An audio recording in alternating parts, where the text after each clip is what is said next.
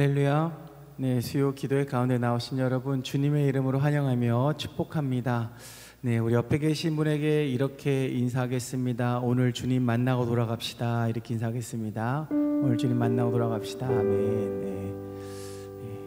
네. 제가 예전에 사역할 때 이렇게 어르신들 시니어분들 모시고 찬양 인도를 하는데 옆에 계신 분에게 주님 만나고 돌아갑시다 했더니 예배 끝나고 그 무서운 소리 하지 마시라고 그러더라고요. 네, 그런 의미가 아닌 거 다 아시죠? 네, 오늘 은혜 받는 그런 귀한 예배 시간이 되기를 소망합니다.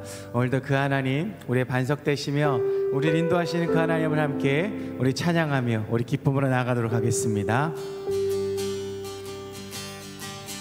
나의 반석이신 하나님 행하신 모든 건 완전하시니 나의 생명 대신 나의 생명 대신 하나님 내게 행하시니 찬양합니다. 신실하신 하나님 실수가 없으신 좋으신 나의 주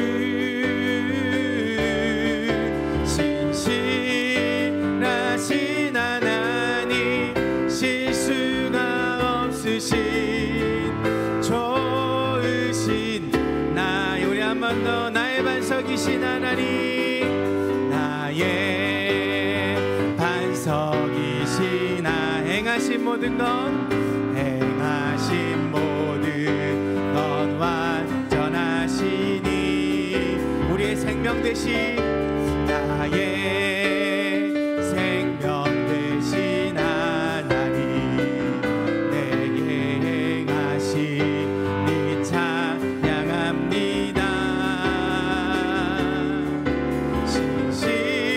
신실하신 하나님 실수가 없으신 좋으신 나의 주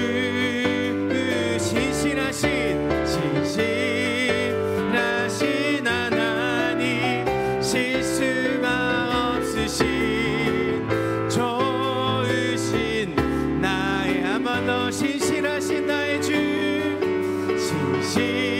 신실하신 하나님 실수가 없으신 좋으신 나의 주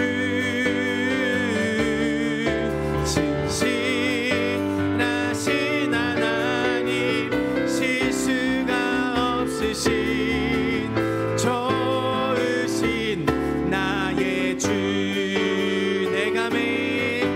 내가 매일 기쁘게 순례의 길에 가면 주의 판함이요 내가 주의 금복을 받는 참된 비결은 주의 영이 함께함이 성령이 계시네 성령이 계시네 할렐루야 함께 하시네 좁은 길을 걸으며 밤낮 기뻐하는 것 주의 영이 함께함이 전에 죄에 빠져서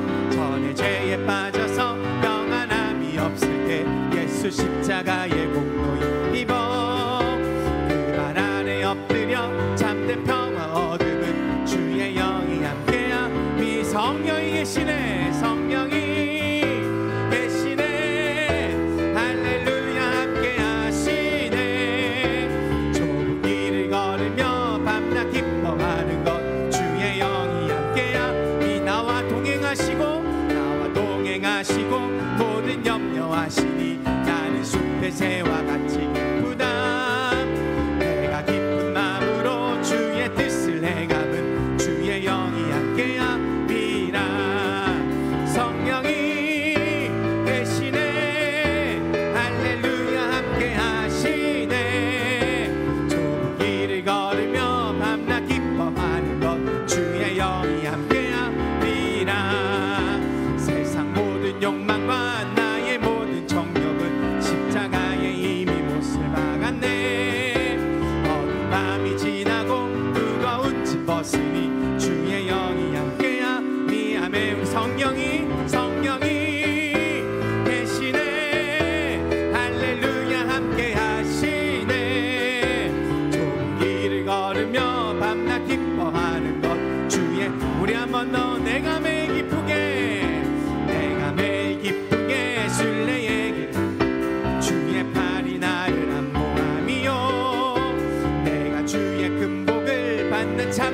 주의 영이 함께함이라. 성령이 계시네. 할렐루야 함께 하시네. 좁은 길을 걸으며 밤낮 기뻐하는 것 주의 영이 함께함이. 전에 죄에 빠져서 예수 십자가에 그 발 안에 엎드려 참된 평화 얻음은 주의 영이 함께함. 우리 그 하나님이 함께 하십니다. 성령이 계시네. 할렐루야 함께 하시네. 좁은 길을 걸으며 밤낮 기뻐하는 것 주의 영이 함께함. 나와 동행하시고 모든 염려하시니 나는 숲의 새와 같이 기쁘다. 내가 기쁜 마음으로 주의 뜻을 행함은 주의 영이 함께함. 미암의 성령이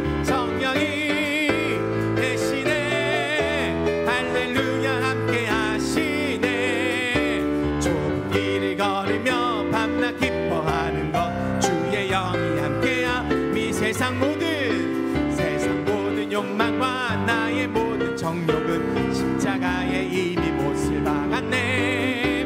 어두운 밤이 지나고 무거운 짐 벗으니 주의 영이 함께함. 이 성령이 계시네. 할렐루야 함께 하시네. 좁은 길을 걸으며 밤낮 기뻐하는 것 주의 영이. 성령이 계시네. 성령이 할렐루야 함께 하시네. 좁은 길을 걸으며 밤낮 기뻐하는 것 주의 영이 함께 함이라. 아멘. 우리 옆에 계신 분에게 다시 한 번 더 인사하실까요? 우리 주님이 우리와 함께 하십니다. 이렇게 인사하겠습니다. 우리 주님이 함께 하십니다. 아멘. 우리 시간 그 하나님을 붙들고 그 하나님을 바라보며 우리의 마음을 고백하며 나아가겠습니다.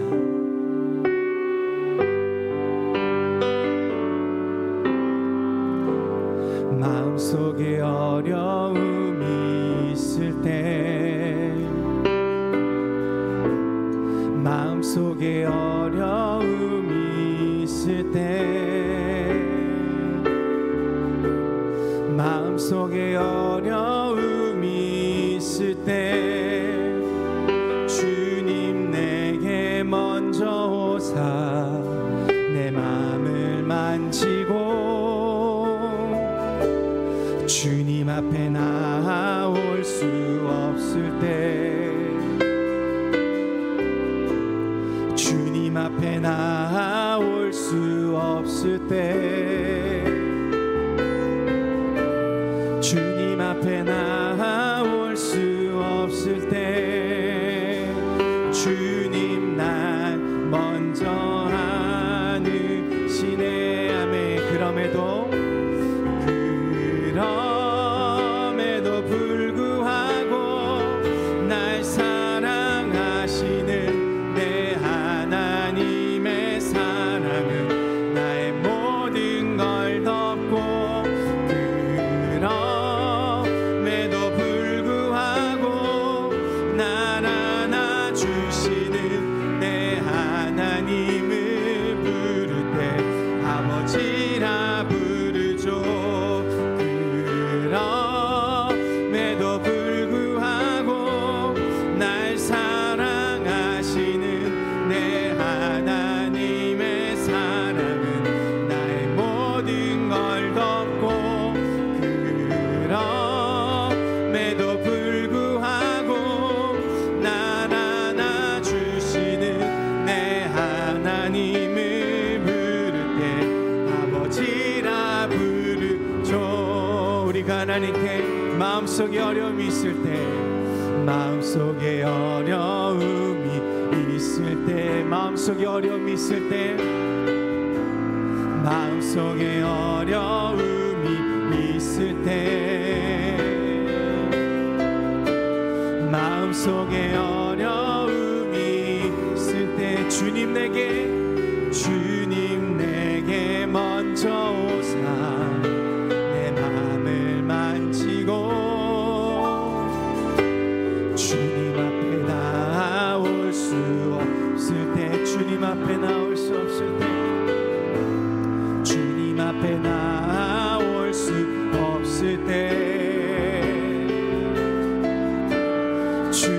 앞에 나올 수 없을 때 주님 날 먼저 아느시네. 아멘. 그럼에도 불구하고 날 사랑하시는 내 하나님의 사랑은 나의 모든 걸 덮고, 그럼에도 불구하고 날 안아주시는 내 하나님을 부를 때 아버지라 그럼에도 불구하고 날 사랑하시는 내 하나님의 사랑은 나의 모든 걸 덮고, 그럼에도 불구하고 날 안아주시는 내 하나님을 부를 때 아버지라 부르죠. 우리 마음을 고백합시다. 주님과 같이 내 마음 만지는 분은 없네. 아멘. 오랜 세월 찾아 난 알았네. 내게 주밖에 주잡이 강같이 흐르고 주잡이 강같이 흐르고 주 손길 치료하네.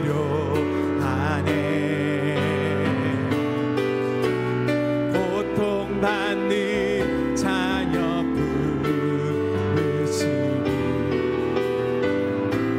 주밖에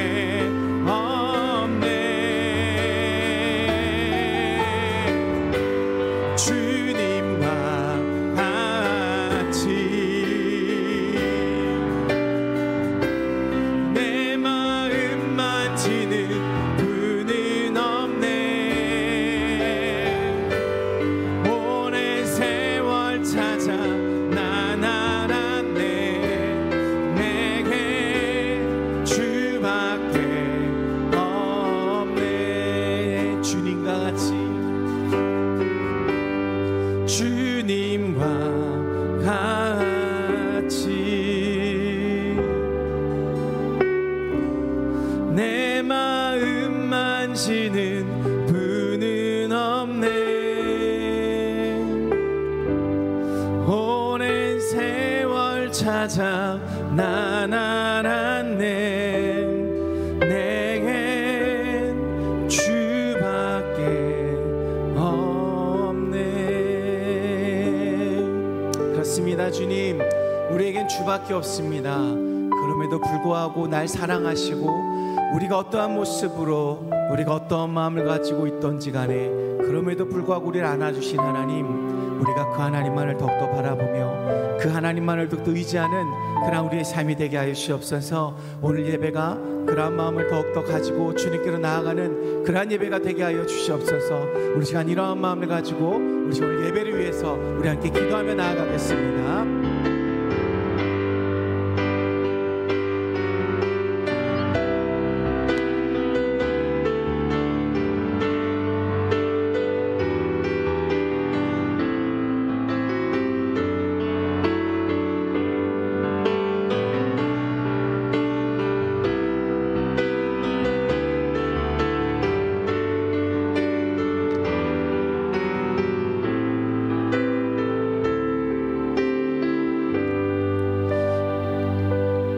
세 가지 기도 제목 가지고 기도하겠습니다. 첫 번째 기도 제목은 우리 개인의 기도 제목입니다. 건강의 문제, 자녀의 문제, 또 우리 가정의 문제. 우리 개인 하면 생각나시는 가장 최근에 여러 가지 기도의 제목들이 있을 거예요.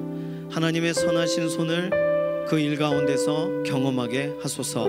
이것이 우리 개인에 관련된 기도 제목입니다. 두 번째, 교회의 기도 제목은 머리 대신 예수님을 따라가도록 우리를 순간순간 이끌어 주소서.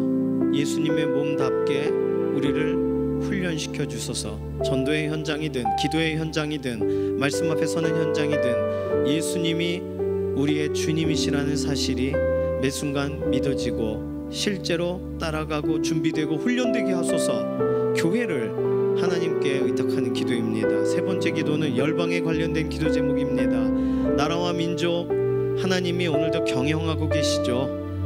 그러니 하나님의 기뻐하시는 뜻을 향하여 나아가게 하소서. 믿음의 사람들의 기도 가운데 오늘 성령님 따라가는 그 기도를 통해 열방이 회복되어지고 열방이 하나님 앞에 견고하게 서게 되는 자리가 되게 해달라고 개인과 교회와 나라와 민족을 위한 기도로 잠시 통성으로 기도합니다. 살아계신 하나님 감사합니다. 오늘 수요일 오전을 구별하여 함께 기도합니다. 하나님께서 우리 인생 가운데 진행되는 여러 가지 많은 일과들, 우리가 난감해하고 어떤 때는 안타까워하고 고통스러워하는 일들, 그 모든 것 가운데 하나님의 선하신 손을 오늘도 경험하게 하시고 붙들어 주시는, 이끌어 주시는, 새롭게 하시는, 우리의 삶을 달려가게 하시는 우리의 인생을 오늘도 온전함으로 다시금 구성하시고 조성하시고 새롭게 하시는 하나님의 선하신 손을 경험하게 하시옵소서. 건강의 문제에서 회복됨을 보게 하시고 자녀 그 앞길을 열어주시고 오늘도 우리의 삶 가운데 다가오는 여러 가지 문제들의 실제적인 해답을 하나님의 완전하신 손길 가운데 이루어 가시는 역사 가운데 보게 하여 주시기를 원합니다. 우리 강북중앙교회 그리고 오늘 수요기도 동일하게 구별하고 있는 믿음의 각각의 공동체들이 예수 그리스도 머리 되신 예수님을 따라 그 몸으로서의 기능을 감당하는 교회가 되기를 원합니다.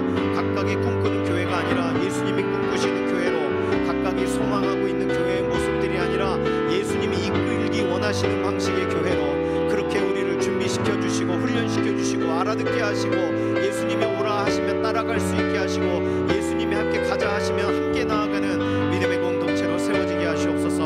그것이 전도의 현장이든 그것이 기도의 현장이든 하나님께서 우리 인생 가운데에 오늘 믿음의 공동체로 세워져 있는 동안 함께 가는 걸음과 걸음이 주 예수 그리스도를 따라가는 걸음이 되게 하여 주시옵소서. 나라와 민족 가운데 다양한 이야기들이 있고 우리가 열방을 향하여 여전히 기도하는 제목들이 있습니다. 하나님의 경영하심을 믿습니다. 성령께서 수면 위에 운행하시는 것을 우리가 믿습니다. 오늘도 기도하며 열방을 하나님의 손에 올려드리는 기도자들을 통해 하나님 오늘도 일하기를 원하신다는 것을 믿사오니 나라와 민족의 현안이 열방 가운데 진행되는 여러 가지의 문제점들이 여전히 하나님의 오늘도 붙드시고 경영하시는 그 은혜를 오늘도 체험하고 경험하게 되기를 원하는 마음으로 우리가 의탁하고 맡기고 하나님의 손을 구하며 나아가기를 원합니다. 오늘 우리의 눈에 보이지 않는 것까지도 나라의 모든 미래적인 문제들과 하나님의 선 안에서 오늘도 하나하나 풀어져 가게 하시는 선하신 역사의 손길을 우리가 믿음으로 나아갑니다. 의지하고 순종하여 나아갈 때 실제적인 역사하심으로 드러내 주시기를 원합니다. 살아계신 하나님, 오늘 수요일 오전에 함께 기도한 여러 가지 기도 제목, 또 우리 마음에 있는 기도의 제목도 하나님이 실제적으로 풀어가시고 새롭게 해가실 줄로 믿습니다. 하나님의 시간에 이루어 주시옵소서. 감사드리며 살아계신 예수님의 이름으로 기도드립니다. 아멘. 요한복음 10장 22절에서 39절까지의 말씀입니다. 요한복음 10장 22절에서 39절 함께 읽습니다. 예루살렘에 수전절이 이르니 때는 겨울이라 예수께서 성전 안 솔로몬 행각에서 거니시니 유대인들이 애워싸고 이르되 당신이 언제까지나 우리 마음을 의욕하게 하려 하나이까? 그리스도이면 밝히 말씀하소서 하니 예수께서 대답하시되 내가 너희에게 말하였으되 믿지 아니하는도다. 내가 내 아버지의 이름으로 행하는 일들이 나를 증거하는 것이거늘 너희가 내 양이 아니므로 믿지 아니하는도다. 내 양은 내 음성을 들으며 나는 그들을 알며 그들은 나를 따르느니라. 내가 그들에게 영생을 주노니 영원히 멸망하지 아니할 것이요 또 그들을 내 손에서 빼앗을 자가 없느니라. 그들을 주신 내 아버지는 만물보다 크심에 아무도 아버지 손에서 빼앗을 수 없느니라. 나와 아버지는 하나이니라 하신대 유대인들이 다시 돌을 들어 치려 하거늘 예수께서 대답하시되 내가 아버지로 말미암아 여러 가지 선한 일로 너희에게 보였거늘 그 중에 어떤 일로 나를 돌로 치려 하느냐? 유대인들이 대답하되 선한 일로 말미암아 우리가 너를 돌로 치려는 것이 아니라 신성모독으로 인함이니 내가 사람이 되어 자칭 하나님이라 함이로라. 예수께서 이르시되 너희 율법에 기록된 바 내가 너희를 신이라 하였노라 하지 아니하였느냐? 성경은 패하지 못하나니 하나님의 말씀을 받은 사람들을 신이라 하셨거든. 하물며 아버지께서 거룩하게 하사 세상에 보내신 자가 나는 하나님의 아들이라 하는 것으로 너희가 어찌 신성모독이라 하느냐? 만일 내가 내 아버지의 일을 행하지 아니하거든 나를 믿지 말려니와 내가 행하거든 나를 믿지 아니할지라도 그 일은 믿으라. 그러면 너희가 아버지께서 내 안에 계시고 내가 아버지 안에 있음을 깨달아 알리라 하시니 그들이 다시 예수를 잡고자 하였으나 그 손에서 벗어나 나가시니라. 아멘. 예수님은 하나님과 매일 새벽에 대화하시면서 하나님의 말씀을 들으셨습니다. 새벽 미명을 구별하셨어요. 한적한 곳으로 가셨어요. 그런데 하나님의 말씀을 그토록 생명처럼 존중하신 예수님이 한 번도 그날 새벽에 받으신 말씀을 제자들에게 또는 회중에게 공개적으로 오늘 하나님이 주신 말씀이니라 이렇게 나누신 적이 없으세요. 다른 마을로 가자, 딱 이 정도. 그리고 오늘 예수님이 산상수훈이든 어떤 말씀이든 하시는 그 말씀 안에 하나님이 오늘 새벽에 전달해 주셨나? 이런 걸 전혀 깨달을 수 없을 만큼 사람들은 그런 거 생각지 못하게 예수님은 하나님이 세우신 선지자시니까 하나님이 담아주신 말씀을 전하시겠지 정도를 가지고 예수님의 말씀을 향했죠. 근데 본문을 읽으면 읽을수록 예수님은 분명히 하나님과 대화하셨고 하나님 말씀에 사로잡히셨고 하나님 말씀을 따르셨는데 그 오늘 그 새벽에 들으신 따끈따끈한 말씀을 전하지를 않으신단 말이에요. 예수님이 어떤 일을 결정하실 때 분명히 하나님의 의견이 작용하신다는 걸 우리가 다 아는데 그거를 예수님은 그 출처를 공개하지를 않으셨다는 말이에요. 그 이유가 아마도 예수님이 하루에 어떤 고단하고 피곤한 이야기를 하나님께 꺼내고 하나님은 위로하시는 어떤 개인적인 위로의 내용이 들어서 그랬을지도 모르고 또는 예수님이 말씀하실 때 오늘 어떻게 할까요? 그럼 하나님이 오늘은 다른 마을로 가라. 그러시면 네 하고 순종하느라 순종에 집중하시느라 예수님이 오늘 무슨 말씀을 들으셨는지를 전달 안 하셨는지 우리는 성경에서 어떤 힌트를 받을 수가 없습니다. 공개를 안 하세요. 미공개예요. 그렇습니다. 예수님은 새벽 미명에 기도의 자리에서 들으신 말씀을 제자들에게 구체적으로 풀어서 설명해 주신 적이 없어요. 이걸 볼 때 오늘 우리는 우리의 기도의 현장에서도 분명히 예수님처럼 하나님 아버지께 우리는 열려 있죠. 예수 그리스도의 이름으로 하나님께 나아가죠. 그렇다면 오늘 우리는 기도 중에 하나님이 말씀하시는 것이 있을 수도 있고 또 우리가 하나님의 말씀을 향하는 동안 하나님이 확연하게 보여주신 말씀이 있을 수도 있습니다. 그런데 우리는 예수님의 본을 따라서 우리가 해야 될 일은 우리가 하나님과 대화 가운데 얻은 내용을 우리의 신앙생활에서 어떤 공개적인 자리에서 앞세울 필요는 없다는 거예요. 뭐 그렇게 때마다 음성을 듣는 것을 나누는 것이 우리 기독교 신앙생활의 어떤 문화 안에 속하여 있는 것은 아닙니다. 그래도 우리는 조심해야 될 필요가 있어요. 왜냐하면 나의 느낌과 또 하나님이 나에게 명확하게 주신 말씀이 섞여 있을 수가 있거든요. 그래서 우리도 모르게 하나님이 말씀하셨습니다 이렇게 말할 때 굉장히 위험한 발언이 되는 거예요. 내가 기도하는 중에 하나님이 이런 마음을 주셨어 정도는 괜찮은 것 같아요. 그런데 그거 이상의 표현들은 예수님도 그런 표현을 쓰지를 않으셨기 때문에 우리는 강렬한 표현을 내게 주셨으면 그 내게 주신 거다 하고 함구할 필요가 있고 누군가에게 전달하라 하신다면 그것에 대해서 굉장히 조심스럽게 전달해야 될 필요가 있다고 생각합니다. 나는 하나님께 이런 걸 들었어 이런 식의 방식이 예수님이 한 번도 제자들에게 말하신 적이 없어요. 그렇죠?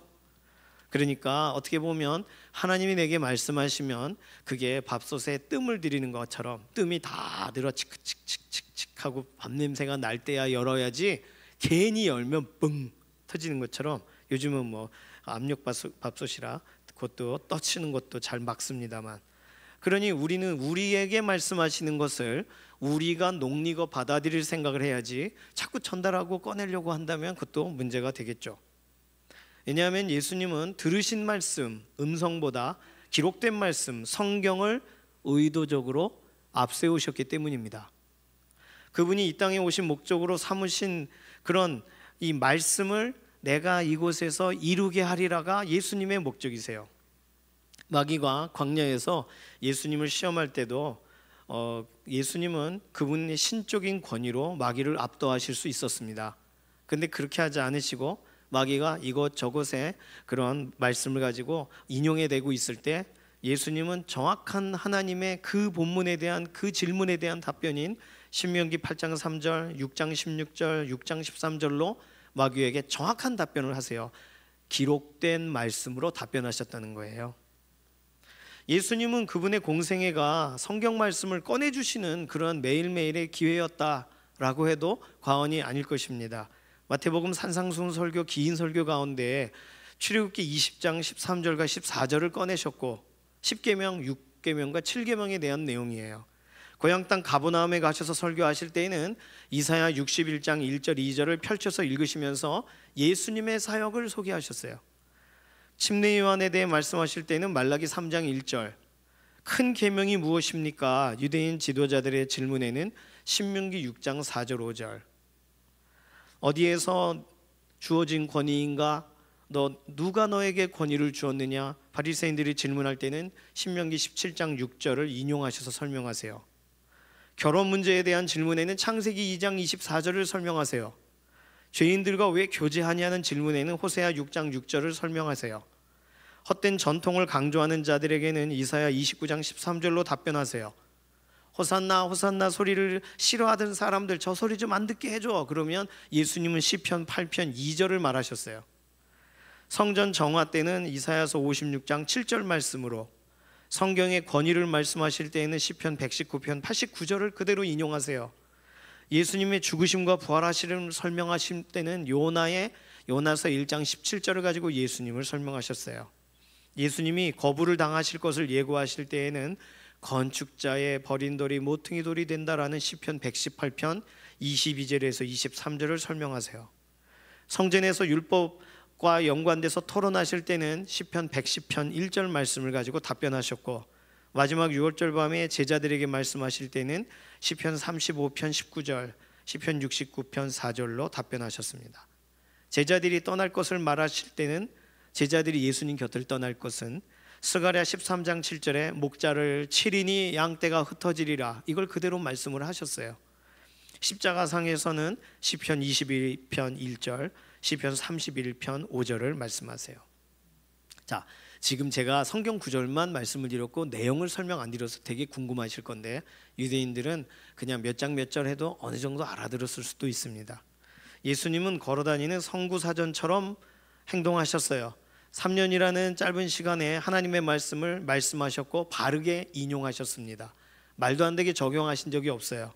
예수님은 요한복음 1장 말씀대로 태초부터 계신 말씀 바로 그분이시기 때문에 하나님의 말씀을 이루기 오신 그 목적을 이루기 위해 하나님의 말씀을 그분의 삶 가운데 그분이 알고 계신 그분 자체의 말씀이신 그분이 꺼내시기를 전혀 어려워하지 않으셨어요. 번거로워하지를 않으셨어요. 예수님의 의지와 예수님의 지속적이고도 반복적이신 하나님의 말씀의 사역은 거침이 없으셨고 한 번도 흔들림이 없이 진행이 되셨습니다. 오늘 우리도 예수님 말씀처럼 하나님의 말씀을 소중히 여기는 믿음의 걸음 되시길 소망합니다. 자녀들이 질문할 때 잠깐만 그 시편 여기 있어 하고 답변을 해주시길 바랍니다. 그러려면 이걸 다 암기해야 하면 좋지만 안 되잖아요. 그래서 이게 띠를 꽂아 놓는 거예요, 이런 데다가. 그리고 표기를 하세요. 뭐 제자 또는 뭐 상담, 치유 이렇게 표기를 하세요. 그래서 자녀들이 질문할 때 잠깐만 하고 찾아주시는 거예요. 그 정도는 우리가 할 수 있죠.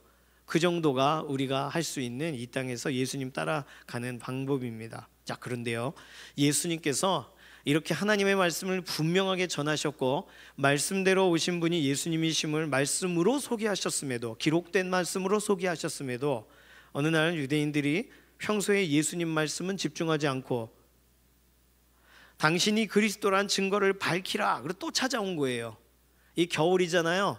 겨울이니까 안에 계셨어요. 밖에 안 계시고. 그러니까 사람들이 우르르 가서 당신이 그리스도인 것을 좀 제대로 밝혀봐라.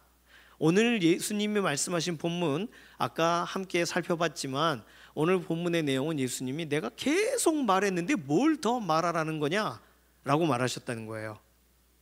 내가 지금까지 계속 말했는데 뭘 더 말해달라는 이야기인지 모르겠다.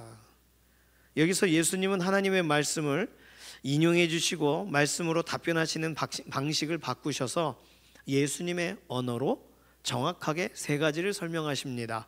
아까 읽었던 본문을 정리하면 이거예요. 첫 번째, 나는 너희에게 말씀을 전했다. 그러나 너희가 믿지 않았다. 두 번째, 나는 너희에게 이적을 행했다. 그러나 너희가 믿지 않았다. 셋째, 나는 그렇게 내 양을 부르고 있다. 그러나 너희는 도무지 듣지를 못하니 내 양이 아니다. 예수님이 하신 말씀은 이 세 가지입니다. 이 세 가지 문장을 합치면 지금까지 하나님의 말씀을 들려주었는데 듣지 못했다고 하면 너희는 내 양이 아니다예요. 하나님의 말씀이 들리지 않는 사람에게 다시 말하면 어떤 음성을 들려줘도 소용없다는 얘기가 됩니다.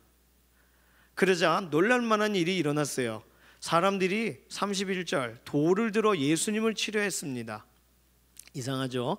지금까지는 예수님의 하시는 말씀을 들어도 뭔 소린지 이러다가 예수님이 예수님의 언어로 음성으로 말씀해 주시자 찰떡같이 알아듣고는 돌을 들어서 치려고 그랬어요. 왜요? 나와 아버지는 하나이니라 라는 말 때문이에요. 그러자 예수님이 32절에 기가 막힌 말씀을 하십니다. 내가 아버지로 말미암아 여러 가지 선한 일로 너희에게 보였거늘 그 중에 어떤 일로 나를 돌로 치려 하느냐. 그 중에 골라봐라. 내가 10가지를 했으면 10가지 중에 그 몇 번째 것 때문에 기분 나쁜 거니? 지금까지 예수님이 내내 말씀하셨잖아요. 그 내내 말씀하신 것 중에 골라봐. 뭐 때문에 네가 그렇게 힘들어? 뭐 때문에 분노하는 거야? 예수님도 이런 표현을 쓰셔요. 어떤 일로 나를 돌로 치려 하느냐? 뭐가 문제냐? 어느 구절이 뭐 걸리느냐 이거죠. 정리해보면 예수님이 말씀을 전하실 때는 아무도 분노하지 않았습니다. 하나님의 말씀을 인용할 때는 더더군다나. 그런데 예수님이 하나님의 말씀을 풀어서 예수님의 음성으로 전달하시고 예수님이 실제로 그러하신 일을 말할 때는 분노하기 시작했어요. 사람들이 격분했어요. 오늘 제가 왜 이 본문을 설명드리냐면 우리는 문제를 만나면 그 문제에 대해서 아주 딱 맞는 말씀을 듣고 싶어 합니다. 내 문제를 정확하게 말씀해 주시는 음성을 말이죠. 꿈에 듣고 싶고 또는 어떤 말씀을 찾아도 아주 딱 떨어지는 말씀을 찾고 싶어요. 그 말씀이 하나님이 우리에게 기록해 주신 말씀이 아니라 지금 하늘에서 뚝 떨어지는 것을 받고 싶단 말이에요. 그 정도의 사모함이 있다는 건 사실 나쁜 건 아니겠지만 내 머리에 직통으로 꽂아주시는 음성, 내가 안 들으려고 해도 내 손으로 막으려고 해도 귀를 뚫고 들어오는 음성, 하나님의 말씀을 딱 던지셨는데 그 말씀이 그냥 파도처럼 밀려오는 거, 이런 걸 원한단 말이에요. 살아있는 강렬하신 근엄하신 음성을 듣고 싶단 말이죠. 물론 기도 중에 우리가 기도하다가 그렇게 말씀하시는 걸 들을 수도 있습니다. 성경을 읽다가 그것이 순간적으로 더 깊이 깨달아질 수도 있습니다. 아마도 그랬던 경험이 우리에게 있어서 우리가 더 큰 문제를 만나거나 우리가 해결되지 않는 일을 겪을 때는 더더군다나 그런 그런 갈증이 우리에게 있는 것 같아요. 음성을 좀 들려주소서. 뭔가 쨍하는 소리로 말할 수 없는 사건이나 사고로 말씀해 주소서. 뭐 맞는지는 모르겠지만 비슷한 그런 방식으로 우리가 더 큰 어떤 예화로, 더 큰 비유로 성경 이렇게 설명해서 네가 알아들어라, 앞뒤를 논리적으로 찾아봐라, 이 문맥을 따라가라, 이런 거 하지 마시고 한 큐에 그냥 바바박 이렇게 내 뇌리에다 박아 주십시오. 그것이 우리가 급한 날 기도하는 방식의 하나입니다. 그런데 오늘 예수님은요, 내가 지금까지 말씀했는데, 말씀을 전했는데 뭐가 더 필요하냐라고 하셨다는 거예요. 지금까지 하나님의 말씀으로 이해가 되지 않으면 내 양이 아니다. 오히려 더 충격적인 고백을 하셨다는 거예요. 사실 이 표현은 동일한 비유가 있습니다. 부자와 나사로 비유에 똑같은 얘기예요. 부자가 지옥에 갔어요. 나사로는 천국에 갔고요. 물론 낙원에 가고 음비에 떨어진 거지만, 그래서 부자가 저 나사로를 우리 집으로 좀 부활시켜서 보내주시오. 그럼 사람들이 깨꼬닥 놀라가지고 정말 천국과 지옥이 있구만 이렇게 하고 믿을 겁니다. 그때 아브라함을 통해서 하나님이 전달하시는 방식으로 예수님의 비유에 등장한 내용은 뭐냐면, 죽은 자 가운데 살아나는 자가 있을지라도 고난을 받지는 않을 거야. 모세와 선지자에게 들어라. 그게 전부입니다. 모세와 선지자가 존재하지 않느냐? 다시 말하면 율법과 그 말씀을 선포하는 사람들이 지금 존재하지 않니? 그 사람들에게 듣지 않으면 비록 죽은 자 가운데 살아나는 자가 있을지라도 어느 누구도 권유함을 받지 못할 것이다, 아니하리라. 예수님이 직접 설명하신 비유 안에 들어가 있습니다. 자, 우리 자신에게 질문을 좀 해볼까요?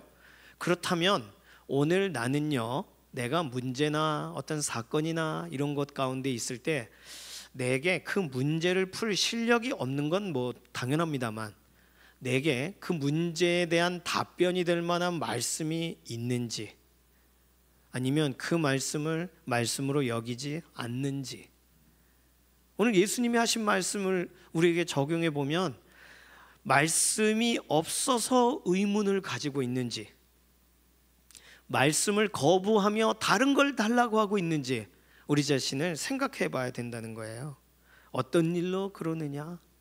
예수님이 우리에게 질문하신다면 아시면서 그래요 이렇게 말할 수는 없을 거 아니에요. 너무 반복적인 일이니까. 말씀이 없어서 그렇다면 말씀을 보내주셔서 할 게 우리가 해야 될 첫 번째 기도가 됩니다. 그렇죠? 만약 말씀을 펼쳐볼 때 와닿질 않으면 와닿게 하소서가 우리의 기도가 돼야 되는 거예요.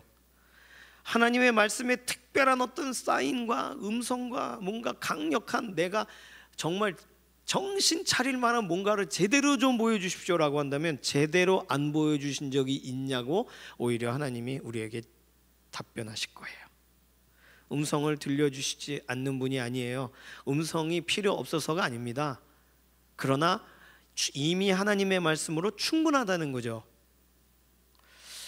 최근에 저는 여러 가지 해결되지 않은 고민거리들이 많았습니다. 그 자세히 설명드릴 수는 없어요. 각각 우리들은 그런 고민을 하고 살아가니까요. 그런데 그 고민거리 가운데에서 이걸 어떻게 해야 되나 막막했어요. 뭔가 뾰족한 수가 없어요. 이렇게 저렇게 계산해 봐도 안 되고, 이렇게 저렇게 답을 달아봐도 해결이 안 돼요. 그래서 더 큰 음성을 기대하기 시작했습니다. 좀 더 명확한 사건을 기대하기 시작했어요. 그런데 그 큰 음성이 없더라고요. 그리고 큰 사건이 일어나지를 않는 겁니다. 그래서 결국은 제가 할 수 있는 건 단 한 가지였어요. 매일매일 그냥 우리 같이 읽기로 한 본문을 읽고 나아가는 거예요. 읽다가 관련된 본문을 찾으면 또 연관돼서 읽어도 보고, 그냥 제가 할 수 있는 건 그게 전부예요.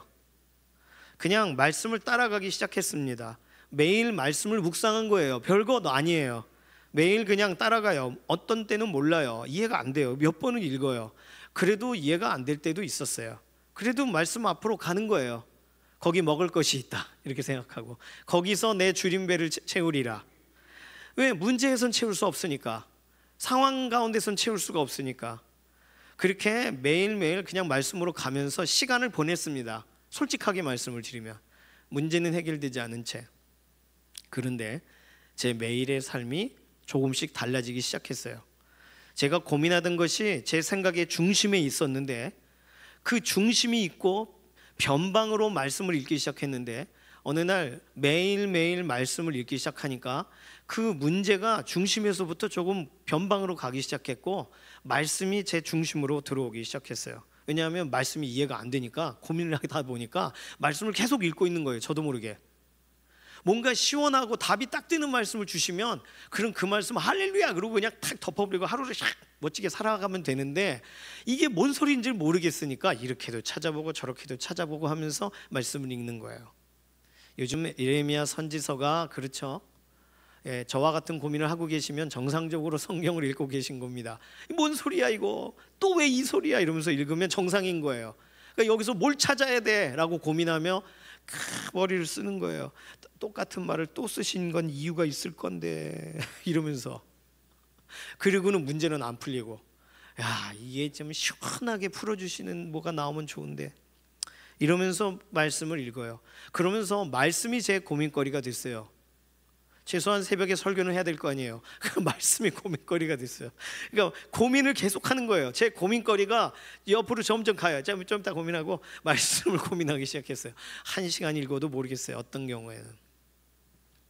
그러니까 말씀이 여기로 점점 들어와요. 답답한 거예요. 그런데 진짜 신기하게 제가 해결할 수 없는 문제들에 시간을 보내던 시간이 하나님의 말씀에 시간을 보내고, 그러니까 오늘 여기서 딱 끝나서 내일이 더 궁금해요. 그래서 내일을 또 말씀을 묵상하기 시작했어요. 말씀이 저의 중심으로 들어오기 시작했습니다. 이렇게 한 걸음 한 걸음 말씀이 들어오기 시작하니까 말씀을 제가 따라가다 보니까 오늘 여기까지 왔어요. 그냥 한 달이 지나가더라고요, 훌쩍. 제가 만약에 하나님의 음성을 사모하고 골방에 들어가 들려주실 때까지 떠나지 아니하리라 그러면 뭔가 들려주시긴 하시겠죠. 그런데 제가 뭐지 이게 하면서 말씀 앞에 머물렀던 시간들만큼 더 유익하게 되었을까? 가끔 저희 둘째가 이런 말을 할 때 기겁을 합니다. 어느 친구는 참 똑똑하고 지혜롭대요. 걔만 오면 야 이거 답이 뭐냐? 그럼 바로 알려준대요. 그래서 그걸 적으면 된대요. 그래서 말도 안 된다, 네가 풀어야지. 그 아이가 알려주면 얘는 안 돼요. 걔가 오기 전까지 그 문제 못 풀 거 아니에요. 오늘 우리는 우리 삶의 문제를 그렇게 풀려고 하면 안 됩니다. 하나님이 풀어가시는 방식을 따라가야죠. 그렇죠? 그런데 쉽게 푸는 것, 답안지를 안 볼 뿐 쉽게 푸는 법에 우리가 익숙해져 있어요. 그래서 쉬운 방식을 자꾸 선택해요. 왜? 힘드니까, 인생이 괴로우니까. 저 주일날 쌀한가마니 지하로 옮겼습니다. 그 다음부터 팔이 저리기 시작했어요. 어제는 너무 저려요. 지금도 한 절반 저립니다. 이렇게 이게 심해져가지고 정경윤 집사님은 수술을 하셨겠죠. 저는 기도를 하고 있어요. 어쨌든 여기 뭐 이게 자석도 붙이고 이러고 기도하고 있습니다. 그러니까 평소에 좀 이렇게 근육 운동을 했어야 되는데, 그러니까 이런 걸 볼 때 이게 문제거리잖아요. 근데 이걸 묵상하면 답이 나옵니까?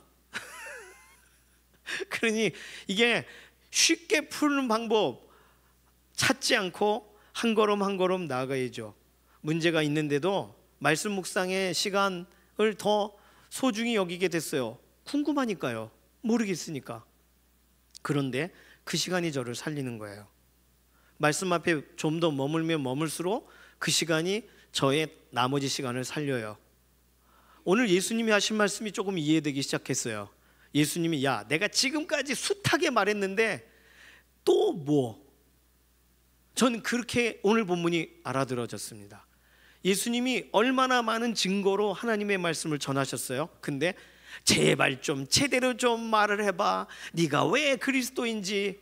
너무 이상하잖아요. 그러니까 예수님이 하실 수 있는 말은 넌 내 양이 아닌가 보지, 그 말밖에 하실 수 없어요. 다른 말로 오늘 예수님이 하시는 말씀, 오늘 우리에게 하나님이 주시는 말씀을 계속 따라가는 사람은 하나님의 양인 줄로 믿습니다. 예수 그리스도의 양인 줄로 믿습니다. 그거 말고 다른 것 선택하는 분들은 고민해 보세요. 왜 내가 그거부터 선택하는지, 왜 내가 그 묵상부터 먼저 하는지, 내가 왜 그 고민부터 먼저 하는지를 다시 한번 짧지만 묵상을 해보세요. 예수님의 양이 아니에요? 맞아요, 예수님의 양이에요. 그럼 왜 그런 거예요? 다른 방법이 있을 거야. 말씀이 안 오면, 음성이 안 오면 다른 방도가 있겠지. 그리고 다른 방도를 찾기 때문입니다. 오늘 다른 방법 없어요. 말씀을 보내서 위경에서 건지시는 거예요. 그냥 내 문제를 하나님이 하나님의 말씀 안에서 녹여가야 주셔야 되는 거예요. 할 수 없어요. 그러니까 오늘 고민을 갖고 그 고민을 가진 채로 말씀을 읽으세요. 거기서부터 하나님이 그 고민을 바라보는 시각을 바꾸실 줄로 믿습니다. 우리에게 문제가 있다면 그 문제를 그냥 등에 짊어지고 말씀을 읽으세요. 말씀이 잘 안 읽어지면 말씀을 들으세요. 요즘 어플도 참 좋은 거 많이 나와 있습니다. 성경을 그냥 읽어줘요. 그냥 성우들이 쭉 읽어줍니다. 그냥 쭉 듣는 거예요. 설거지하면서 들어요. 저도 설거지는 안 하지만 이렇게 듣습니다. 딴 거 하면서 들어요. 그러면요, 그 말씀을 그렇게 날림으로 들어도 되나 싶어요. 그런데 이렇게 듣고 잠깐 뭐라 그랬더라 하고 궁금해져서 다시 한번 듣게 돼요. 그런데 신기하게 한 번 듣고 또 다시 반복해서 들을 때 단어가 딱 들려요. 그 단어가 이게 뭐지? 왜 이 말이 나왔지? 그리고 앞뒤 문맥이 궁금해져요. 또 다시 들어요. 그리고는 오늘 저의 문제에 정확하게 그 말씀이 안착합니다. 오늘 이 문제와 말씀이 겉돌았어요. 물과 기름처럼. 그런데 갑자기 그 말씀이 미사일처럼 팍! 그러면서 정확하게 문제의 정중앙에 박혀요. 제가 문제를 더 중시하고 있었다는 걸 깨달아요. 오늘 말씀 앞으로 나아가십시오. 오늘 예수님은 공생의 기간 내내 말씀하셨어요. 그런데도 사람들이 듣지 않았단 말이에요. 오늘 우리는 성경 말씀이 아주 언제든 펴볼 수 있게 구텐베르크 인쇄술 이후에 이렇게 인쇄되어 책이 나오기 시작하면서 성경이 제일 먼저 인쇄됐잖아요. 그러니까 얼마나 수많은 사람들에게 성경 말씀이 가장 먼저 책으로 소개된 겁니까? 그런데 우리는요, 이거 말고 이거 책을 딱 덮고 바로 그냥 주십시오 이런단 말이에요. 예, 저도 그걸 사모하고 그렇게 강렬한 말씀을 여전히 사모하지만 오늘 예수님 말씀대로 저는 그냥 여전히 하셨던 말씀 앞으로 나아가기로 저는 결심했고 그 말씀의 유익을 보았습니다. 최근에 혹시 답답한 심경이 있으시고 어려우셨다면 그냥 꾸준히 말씀을 따라가세요. 안 읽혀지고 뭔 소리인지 몰라도 그냥 이렇게 눈으로라도 읽어보시고 입으로라도 예루살렘에 이렇게도 해보세요.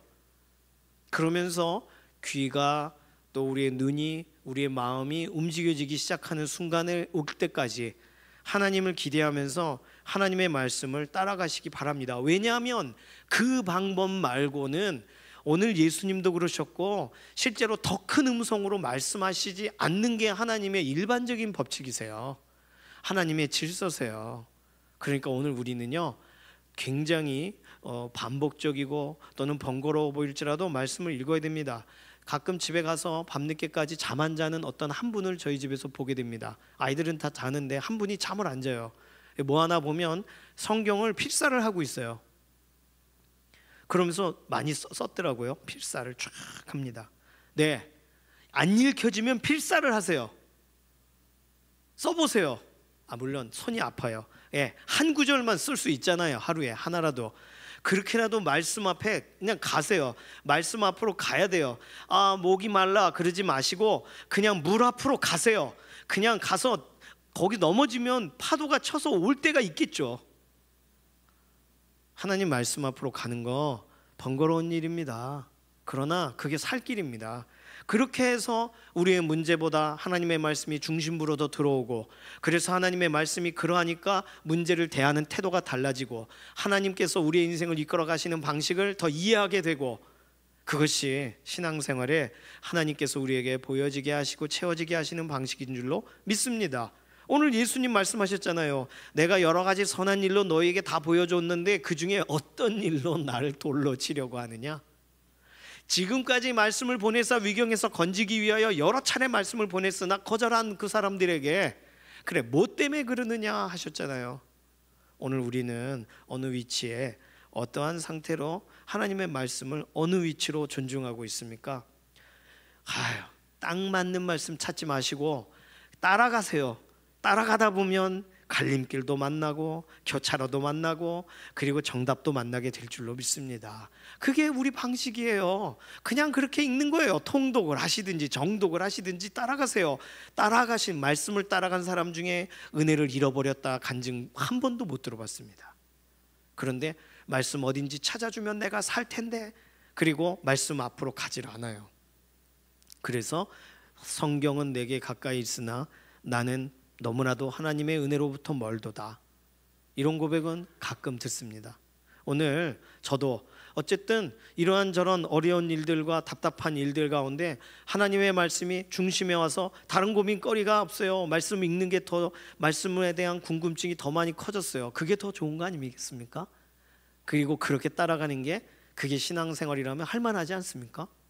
오늘 더 큰 음성 사모하지 마시고 한 구절 한 구절 계단처럼 준비되어 있는 하나님의 말씀을 계단을 따라가시다 보면 우리 주 예수님 따라가게 되고, 고민 앞에서 묵상하지 않고 말씀 앞에 묵상하다 우리의 고민을 다시금 바라보게 되는 새로운 시각을 얻게 될 줄로 믿습니다. 오늘 이 시간 같이 기도할게요. 이 시간 기도할 때는 오늘 문제 가운데 고민할 때, 그래 무엇 때문에 그러느냐, 예수님이 말씀하신다면 말씀이 더 깊어졌으면 좋겠어요, 말씀이 더 이해됐으면 좋겠어요 라고 말한다면, 문제가 큰 거 아시는 예수님이 야, 너 진짜 답변이 참 좋다,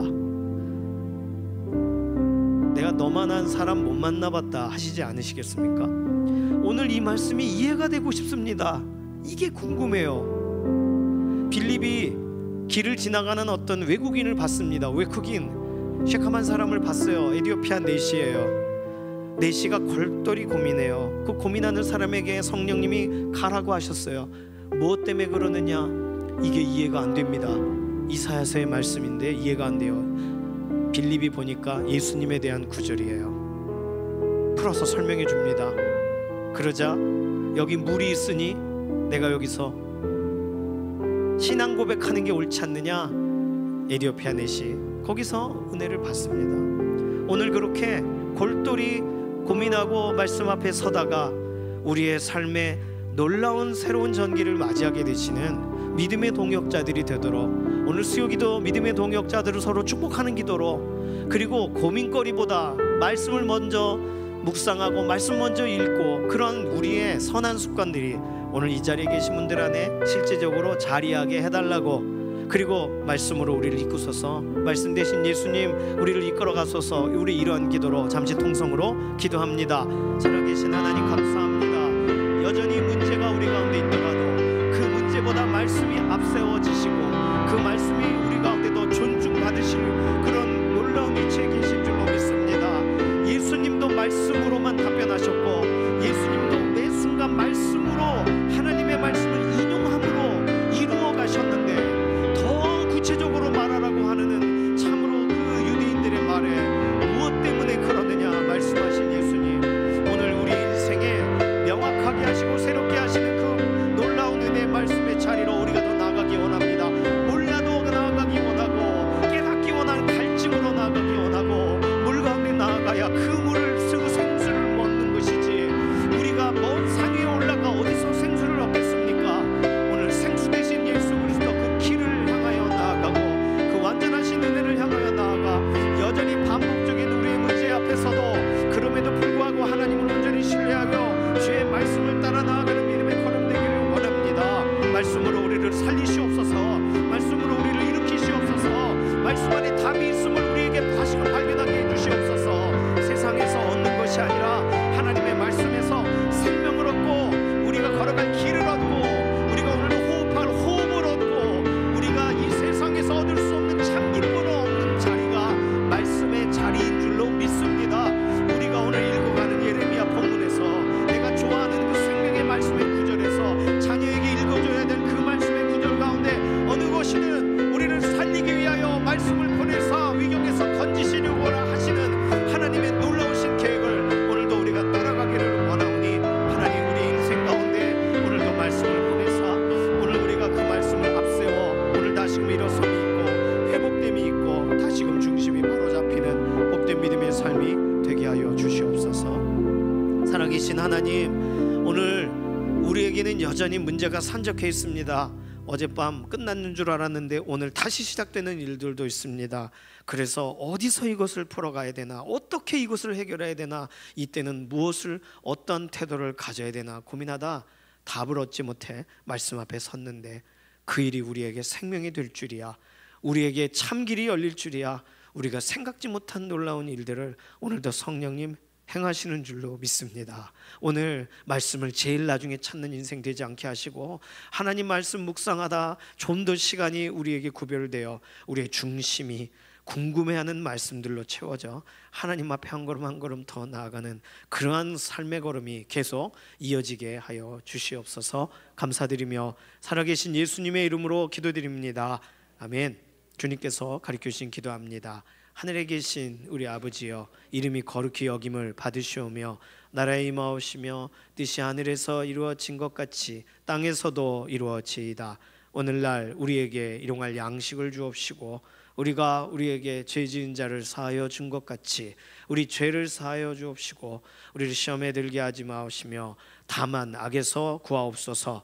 나라와 권세와 영광이 아버지께 영원히 있사옵나이다. 아멘.